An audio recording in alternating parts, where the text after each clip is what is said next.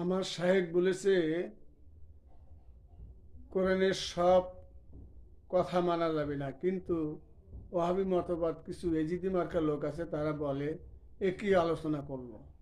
কারণ তারা কোরআন বোঝে না। কোরআন যদি বুঝতো তারা এই কথা বলতো না। কারণ আল্লাহ শব্দের অর্থ, আল্লাহ অর্থ শব্দটা বলতে, আল্লাহ কথাটা লিখতে 4টে হরফ থাকে। 4টে হরফ পড়লে 40 নাকি, অর্থাৎ হরফে 10 নাকি। এই তো ওহাবি মতবাদের আলোচনা। কিন্তু মানুষ তো চায় নেকি যেন বেশি হয়। তো আমি যদি বলি শয়তান, ফেরাউন, এখানে 5 হরফ, তাহলে শয়তান ফেরাউন বেশি বেশি করে যোগলি তো 5টা হরফ, 50 হরফ। তাহলে কেমন হবে?